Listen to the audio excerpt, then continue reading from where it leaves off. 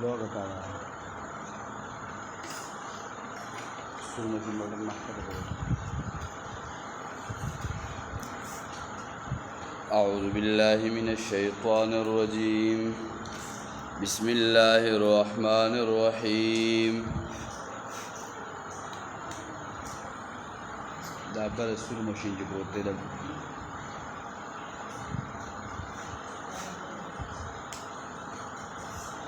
लेट पे लगी इधर ले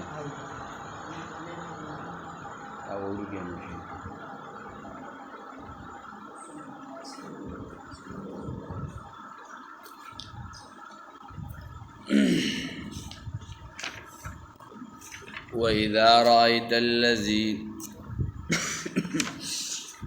وإذا رأى الذين أشركوا شركاءهم قالوا ربنا هؤلاء شركاؤنا الذين كنا ندعو من دونك سورة نحل شروع باغی کے شپگم باب ذکر کے دو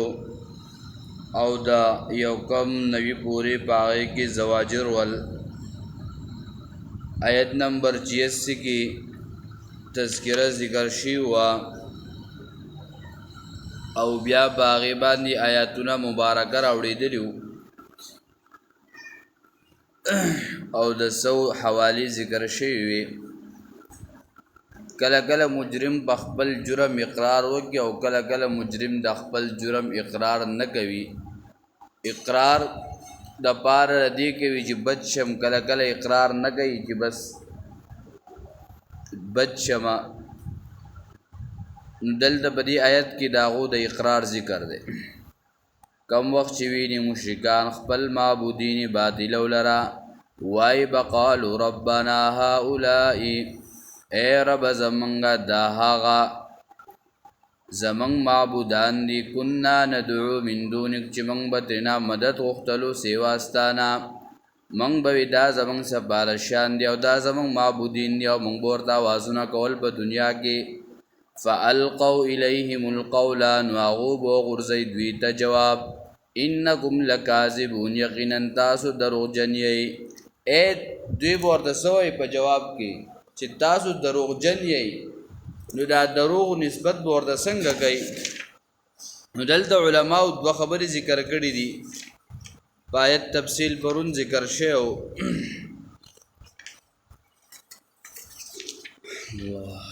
یو دا چې دا معبودین ورته جواب ورکوي وایي چې تاسو دروغ وایي نو دغه معبودین عبادت څنګه وکړو نو دوی ته د کسب نسبت مقصد دا دی چې شرکا مونږ ته حکم کړو دي شرکاو مونږ ته څه کړو حکم یې کړو چې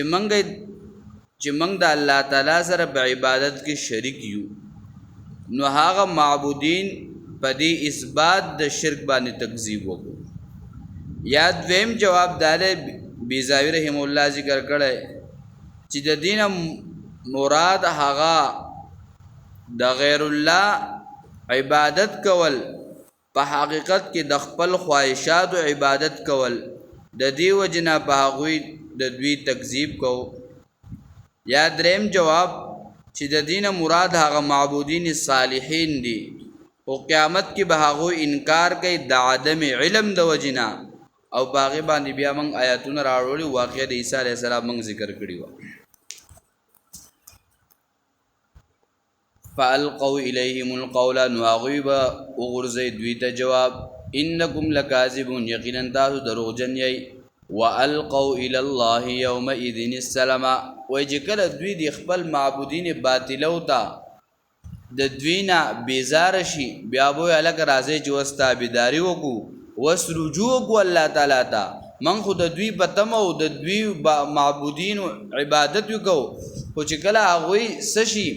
هغوی براءت وکي د دوی نه او دوی داغونه بیزار شي بیا بسوي راځي چې وس رجوع الله تعالی ته وکړو والقوا الى الله يومئذ السلام وظل عنهم او پیش وکي دوی الله تعالی ته په دغه ورځ درو خبره په دغه ورځ عاجزي په دغه ورځ تابعداري دوی په دنیا کې تکبر کو انکار کو خو چې کله کم وخت دوی عذاب الهي ویني نو په دغه وخت کې به بیا دوی خپله تابعداري خپل عجز غاړه ایښودل دا څه دا ظاهروي او د هغې اقرار به کوي لکه په دې باندې سوره مومنون 18 سپاره 106 نمبر آیت هغه ذکر کوي دوی به څه وایي قالوا ربنا غلبت علينا شقوتنا وكنا قوما ضالين دوی به وایي چې په موږ باندې قالوا ربنا غلبت علينا شقوتنا وكنا قوما ضالين دوی به وایي ای رب زمونږه غالب شوي په موږ باندې بدبختي زمونږه وكنا قوما ضالين او موږ یو ډله بې لارې ای موږ خو بدبخت او په موږ باندې بدبختي غالبه شوي وه نن موږ اوس مؤمنان شو اوس پوه شو بیا به څه وایي ربنا اخرجنا منها فإن عدنا فإنا ظالمون رب اے رب زمنگا اوبازه منگ ددینا پس که منگ واپس شو گمراهی تا یقینا منگ بیو ظالمان وسو منگ سید مسلمانان شو وسو منگ گمراهی دانکو اللہ بو فرمائے قال اخسئو فیها ولا تکلمون وبوی اللہ تعالی کورشی زی فدی جہنم کی وسما سر خبری مکوئی نو دا اگد مکالمه دا نو دغه شانتی سوره سجده کې آیت نمبر 12 یوشتمه سپاره کې هم دغه تذکره راغلی ده او الته د دوی تذکره ذکر کوي ربنا ابصرنا وسمعنا فرجعنا نعمل صالحا انا موقنون اے رب زمنگا ولیدل منگا واوریدل منگا واپس وگرزے منگا چی عمل کو نیک عمل انا موقنون یقینا من یقین کون گیو اللہ من خو وسولیدل من خو وسواوریدل اللہ من واپس وگرزوی دغه شانتی سورہ ملک یو کم درشم سپارہ کے التوهم دا خبر ذکر گئی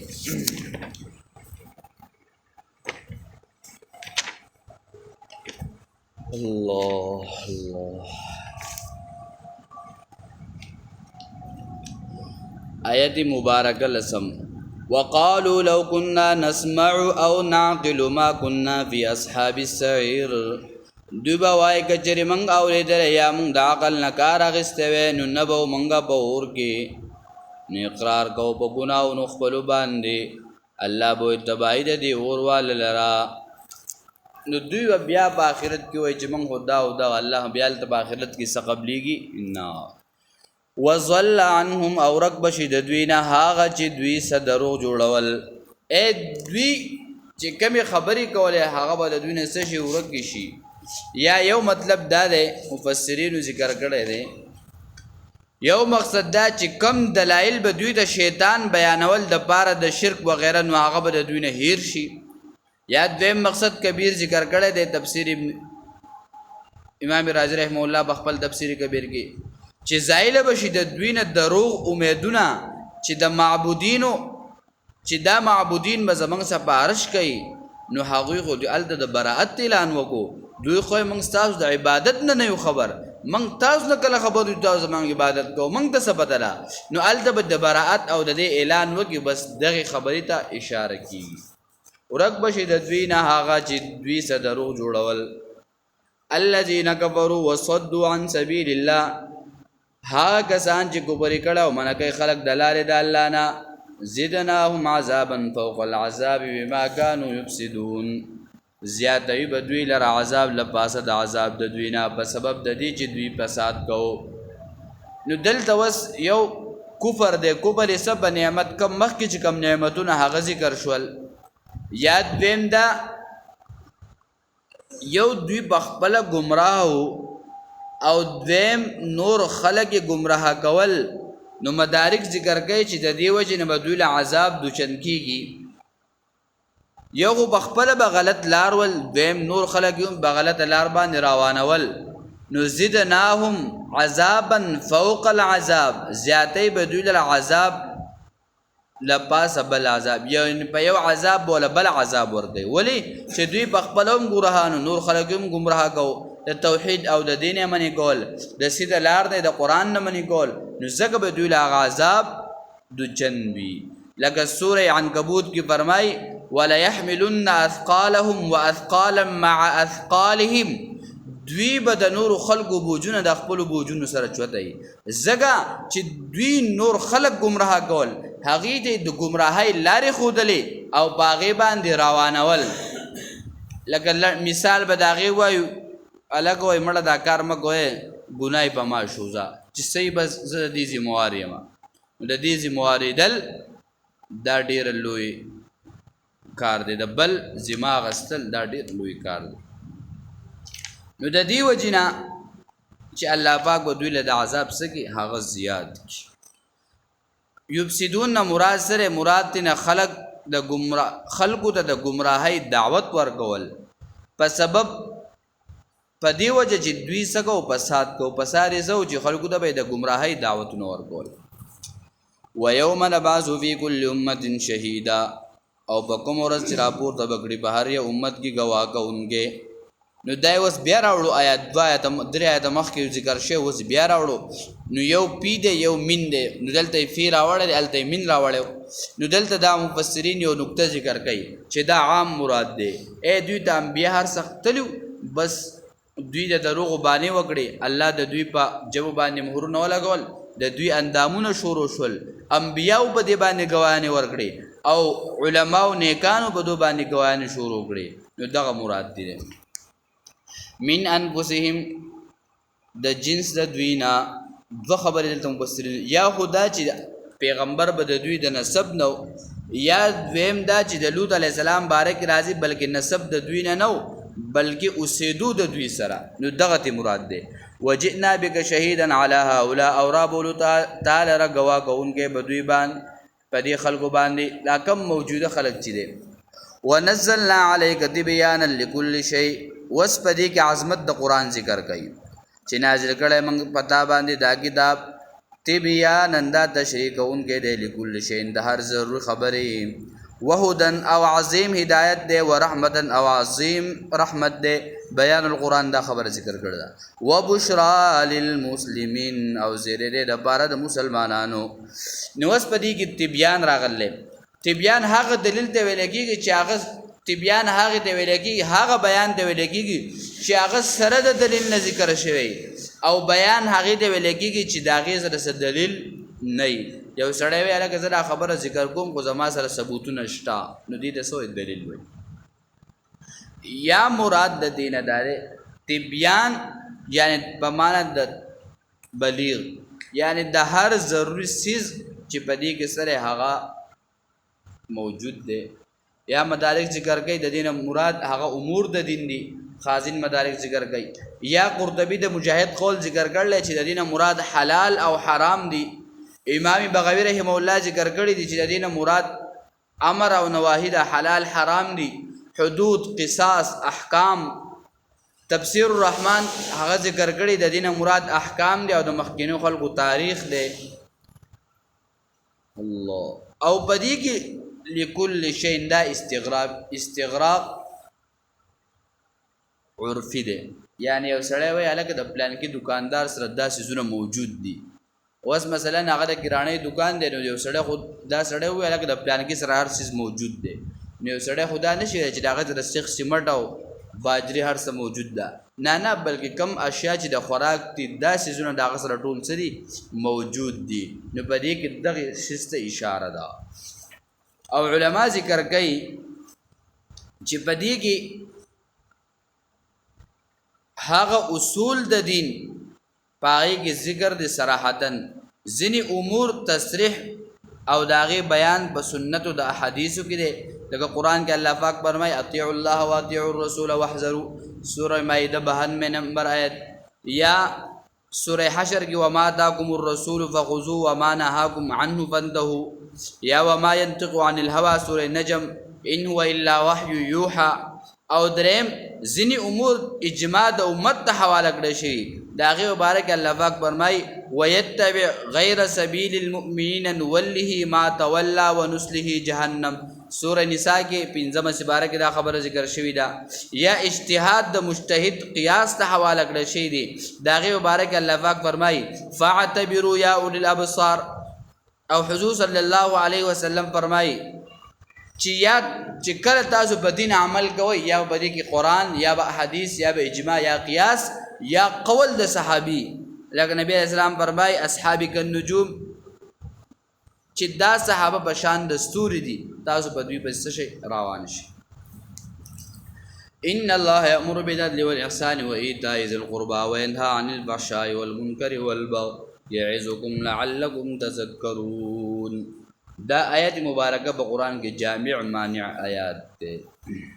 مفسرینو په ډېر بحث لمبا چوړه بحثونه کړي دي. په دې آیت کې امور دفعیه دي، یعنی د عذاب د پکول. نو دا په سره کېږي. نو په دې کې هغه خبرې ذکر کړي دي چې کله مخکې وي چې قیامت کې به اندامونه انبیا علما په دې باندې گواهی کوونکي. نو دې کې دې ته اشاره ده چې تاسو هغه عمل خپل کړئ چې تاسو د دغه قیامت د هغه عذاب نه څه شئ، په دې باندې بچ شئ. او یا په دې کې تبیان لفظ مخکې آیات کې ذکر کو. نو په دې آیات کې د هغې نمونه ذکر کړي، یعنی د ټولو دین ذکر دی. په دې کې ټول دین رابند کړی شوی دی. په دې کې حقوق الله او حقوق العباد ذکر دي. د حقوق العباد او د حقوق الله هغه ترک او خیر پرېښودل کول دا ذکر دي. نو دا ټول اشیاء په دې آیات مبارکه کې هغه راوړي دي. ابن کثیر رحمه الله یو روایت راوړی دی.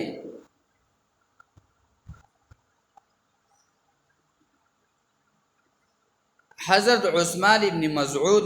دا د نبی علیہ الصلوۃ والسلام رضای رورو چې ما اول اسلام صرف د حیا د وجې نه راوړی، خو د دې آیت د نزول نه وروسته زما په زړه کې ایمان مضبوط شو او د حضور صلی الله علیه وسلم سره مې مینه محبت په دې کې شدت پیدا شو او ډېره مینه مې زیاته شوه.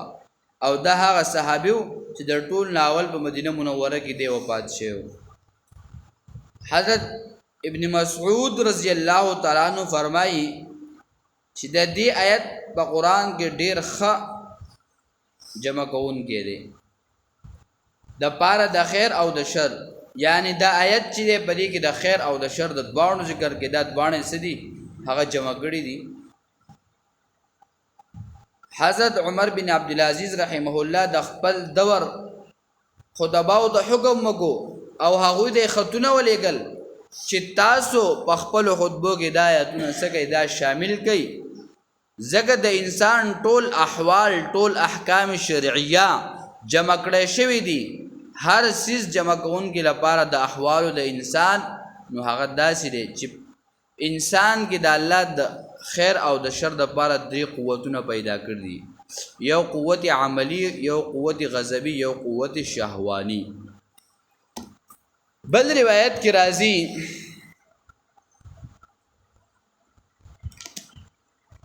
چې د یو قبیلې مشرو اکثم بن سلفی یا اکتم د کاف سره یا د سا سره. ابن کثیر د ابو یعلا روایت نقل کړی دی چې په دې کې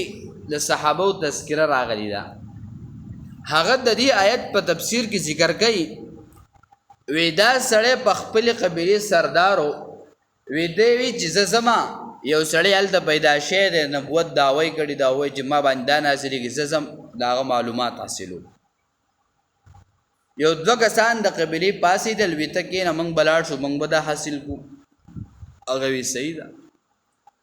چې کله دا دواړه روان شول، نبی علیہ الصلوۃ والسلام ته ورسېدل.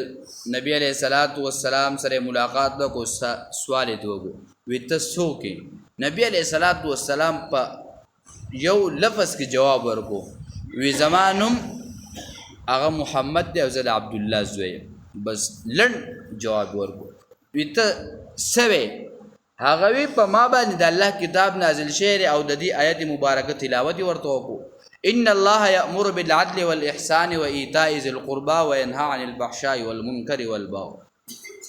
هغه چې دا واوریدل نو ډیر زیات خوشاله شول او بس واپس روان شول او لاړل د خپل د مدینی سردار لا دا خپل سردار لا چې کله هلته ملاقات وشو وی تاسو څه خبر راوړو هغه ورته موږ د دوه سوالونه وکړل چې ته څوک یې او ته څه وې موږ ته په لنډو الفاظو کې جواب راکړو چې یو خو زه عبدالله زویم او دویم د قرآن دا آیت موږ ته ولوستو چې کله هغه دا خبره واورېده هغه مشر د قبیلې ډېر خوشحاله شو او ټول خلک د قبیلې را جمع کړل وی تاسو راشئ چې کله ټول خلک راغلل هغوی ته وی زه به خپله تلم خو زه دې خلکو منع کړم چې ته مزه او زه پاتې شوم دا دوه کسان لاړل او دوی دا خبر ما ته راوړو چې هغه موږ ته داسې وي ای خلکو تاسو اول اسلام کې داخل شئ اسلام ته مخکې شئ په اسلام کې مخکې ځئ یعنی وروسته مه پاتې کېږئ وروسته ایمان مه راوړئ او شاته کېږئ ما یو بله واقعه یې پرې راوړې ده ولید ابن مغیره د ده 14 زامنو یو باغ خالد بن ولید یو بل صحابي هغه وروسته بیا ایمان راوړی د بچو کې نور نو نو کله چې دی راغی او نبی علیہ الصلوۃ والسلام دا آیت مبارک تلاوت کو نبی علیہ الصلوۃ والسلام ته قسم وخوړو وستا په دې کلام کې ډیر خوږوالی او میټاس پروت دی او ستا دا بدن په شان د خاخونو دی او ستا نه انسانانو ته پیدا دا رسی وی بس وی زما بس زړه کې اراده د ایمان راغله او د ایمان طرف ته لارې کولاوې شوې ابو جهل لعین راغی او ورته وی داسې کار دی چې ایمان مه راوړه د ده په خبرو باندې مه دوکه کېږه پرېږدوه دی او بس وی د هغې نه وروسته بیا دی لاړ بیا ایمان نه دی راوړی بلکې د ده بچو کې 2 صحابو ایمان راوړی او خالد بن ولید رضی الله تعالی عنه او یو بل صحابي هغه نوم زمانه ژر دی نو دا دواړه ایمان نو دا د دې آیت مبارکه یو 3 واقعات به موږ ذکر کړل چې دا دومره جامع معنی آیات دی کېدای شي 2-3 ورځې مستقل درس په دې آیات باندې ان شاء الله دې صحیح عمل توفیق راکړي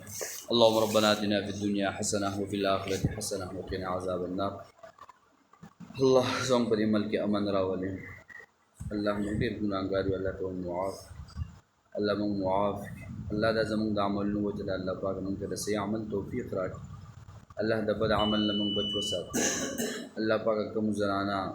او کومې هغه بې کوره شوي دي الله پاک پر جمعو له پټۍ ولګوي الله د هغوی سره خصوصي مدد وکړي الله رحم دې وکړي الله به هم ورحمېږه الله ته رحیم کریم ذات دی الله پاک ستا حبیب خو هغه شخصیت و چې د هغه د خپل د دشمن په زنانو باندې څادر اچوي الله نن زموږ د خویندو میندو څادرونه بېعزتي هغه روانه ده الله پاکه ځان سره خپل مدد شامل حال کې الله به هم ورحمېږه الله زموږ ګناهونه موږ ورته معاف کړه الله پاک هغه خلکو د بړه باندې پټۍ ولګوه الله د صبر ورته نصیب کړه الله پاک د هغوی حوصلې بلندې کړه الله صبر ورته ورکړه الله پاک خپل مدد ورسره شامل حال کړه الله زموږ په دې ملک کې په دې خصوصا زموږ په دې سواد په دې کې امن راولي الله دا د امن مرکز وګرځي الله بېحایي دا دې ختمه کړي الله موږ د صحیح عمل توفیق راکړي الله به د خپل رضا لپاره سبب وګرځي الله پاک څومره مسلمانانو وفات شوي د هغوی قبرونه مغفرت قبرونه